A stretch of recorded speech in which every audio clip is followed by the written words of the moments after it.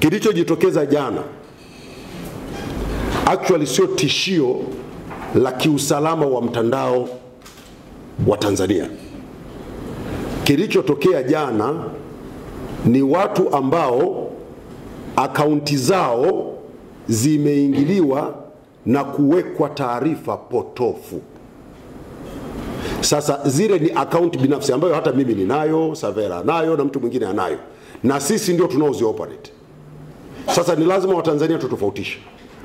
Usalama wa mtandao Tanzania ni kitu kingine, na akaunti ya mtu binafsi na kile anachochapisha kwenye mtandao hiki ni kitu kingine. Muhimu ni kwamba baada ya kutokea yale tumechukua hatua. Sasa usalama wa mtandao wa Tanzania uko sawa sawa.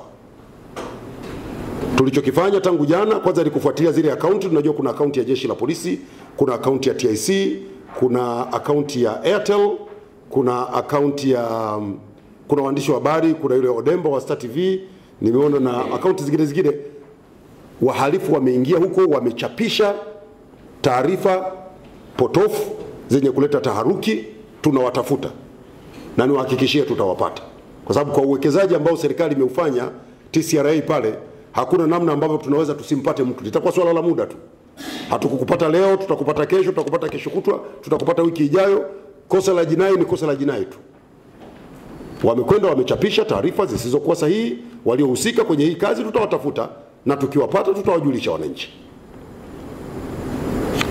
Kwa mujibu wa sheria ya makosa ya kimtandao, ukithibitika, ukikutwa na hatia ya kuchapisha taarifa zisizokuwa sahihi, adhabu zake zimeelezwa: faini ya shilingi milioni 5 au kifungo cha miaka 3 jela au vyote kwa pamoja.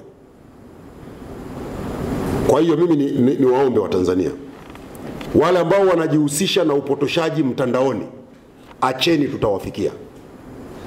Msipoacha tutawafikia na tutawafikisha mbele ya vyombo vya sheria. Na mimi niwaambie, hakuna kitu kinasikitisha. Hawa vijana wengi wanaofanya matukio haya tunawapata, tunawakamata. Ukimpata unamkuta kijana miaka 14, 15, 16, vitoto vidogo vimetumwa na watu wenye malengo yao mengine ya kihalifu. Sasa niwaombe vijana, na wengi sasa ni wanangu sasa, acheni kutumika kufanya uhalifu mtandaoni, kwa sababu mtafikiwa. Ukikamatwa, kesi ni ya kwako wewe, anayekutuma hata kuwepo, utabaki peke yako. Na niwaombe wazazi, wakatazeni vijana kutumia vibaya mitandao. Tufanye matumizi sahihi ya mitandao. Tutumie mitandao kutengeneza biashara, vijana watumie mitandao kujifunza.